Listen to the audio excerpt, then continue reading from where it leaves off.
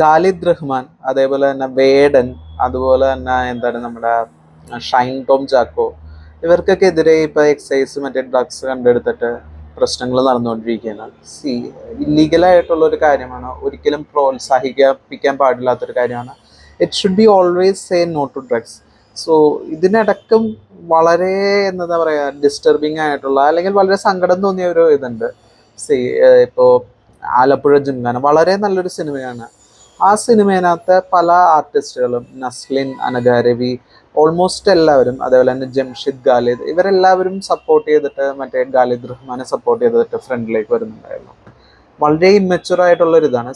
നല്ലൊരു സംവിധായകനാണ് അയാൾ, ഇനിയും നല്ല സിനിമകൾ എടുക്കണം. അയാൾ എന്താണ് മലയാളത്തിലെ എണ്ണം പറഞ്ഞ സംവിധായകരിലെ ഒരാളാണ്. പുള്ളിയുടെ എല്ലാ സിനിമകളും എനിക്ക് ഇഷ്ടമാണ്.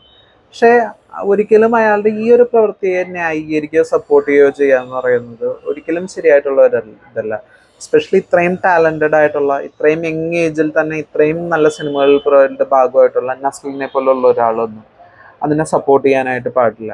കാരണം നിങ്ങളുടെ സിനിമയെ ആരെങ്കിലും കുറ്റം പറഞ്ഞു കഴിഞ്ഞാൽ നിങ്ങൾക്ക് അതിനെതിരെ പ്രൊട്ടസ്റ്റ് ചെയ്യാനായിട്ടുള്ള ഇതുണ്ട്. പക്ഷേ ഇതൊരു വ്യക്തിപരമായിട്ടുള്ള ഒരു കാര്യമാണ്, ഒരു ലീഗലായിട്ടുള്ള ഒരു കാര്യമാണ്.